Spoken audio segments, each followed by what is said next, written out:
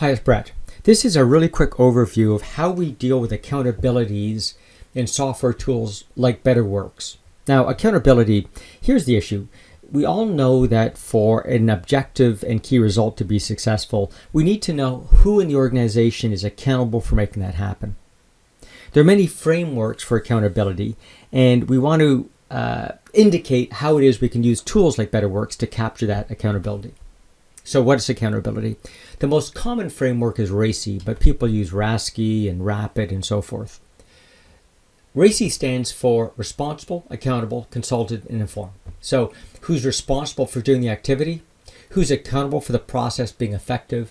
Who's consulted if we want to change the process? And who's informed if I change the process? And inside your organization, people are going to want to make sure that if they're involved in it, they're noted and communicated as things change and so forth. Now, here's the thing. Role clarity is about ensuring that we've got the right social interaction, the right conversations occurring in the organization. So I need to make sure I communicate with the right people in the right way. And the issue is tools, OKR tools like Betterworks are a technical tool. They support those social interactions, but they don't force it, nor can they ensure that the communication is effective. So don't be confused. Tools like Betterworks are not going to make sure that role clarity exists in your organization. Merely, they're a tool to ensure that it is effectively in place. Specifically, it's your culture and performance norms that will make sure that people have the right communications with the right people at the right time. So, again, I want to emphasize Betterworks is going to make sure that those checks and guards are in place, but they're not going to make sure the communication is effective. So let's talk about those checks and guards. I'm going to use the example of an OKR that we currently use, frequently use. And again, what we describe as an OKR should have a verb, noun, key result, target, date. So for a call center, I might have something like increase customer productivity, because if someone's stuck with a bug in their software, they're no longer productive. That's the outcome I want. And one of the key results, blue font, is going to be call to closure cycle time. And I'm going to lay down what those targets are by date.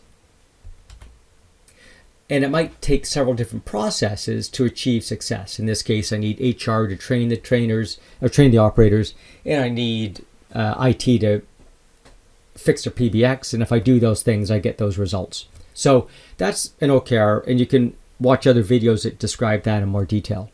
So let's take that framework and apply RACI.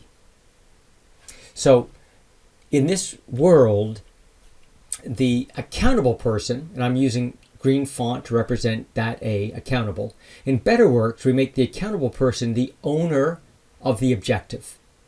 So that covers off accountable. Responsible.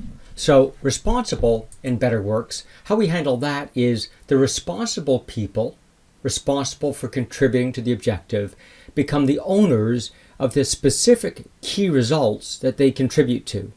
So one person might be the owner of call to closure cycle time, as probably someone in the call center. A different person will be the owner of cross-train all operators, probably someone in HR, and automate skills-based routing. That's probably going to be someone in IT. So they're noted in Betterworks as the owner of the key result. In total, though, they're the responsible person for the overall objective. And if I wanted that objective done, I would tap on the responsible people to get that activity completed. Lastly, consulted and informed. These people can note themselves as followers of either the objective or key results, depending whether they want to be consulted in the objective or the key result. So in that way, we cover off RACI, and similarly, we can use other frameworks like RAPID, etc. So that's the framework. Pretty straightforward, right? What's it look like in real life? Let's say, for example, to increase customer productivity, the owner, again, in Betterworks, we assign the owner to Jane Doe, who's the customer service manager. Now, the key result of call to closure cycle time, the owner of that is Michelle. She's the call center manager. So again, she's an owner, but of the key result. So in the RACI model, she's the R for the overall objective, but the owner of that specific key result. Now, she doesn't own training the operators. That's owned by someone else, Amir. Amir owns the HR, and he's the training, and he's the HR training lead. Nor does Michelle or Amir own the programming stuff. That's owned by Syed. Syed's the IT Scrum Master who's going to be doing the software.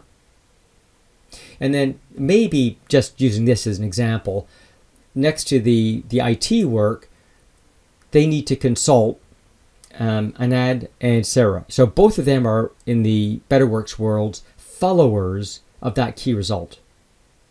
And then finally, maybe Hermant wants to be informed of what's going on, and he's the customer service director. So Hermant's probably Michelle's boss, but he wants to be informed of how this IT thing's going, because that's going to drive how fast his call center gets up with his new methodology.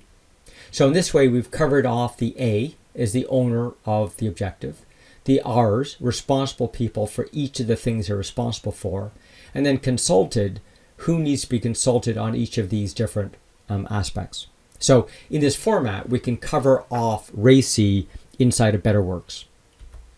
So hopefully that gives you a bit of a heads up on how it is we link accountability to Betterworks in that framework. Thanks for your time.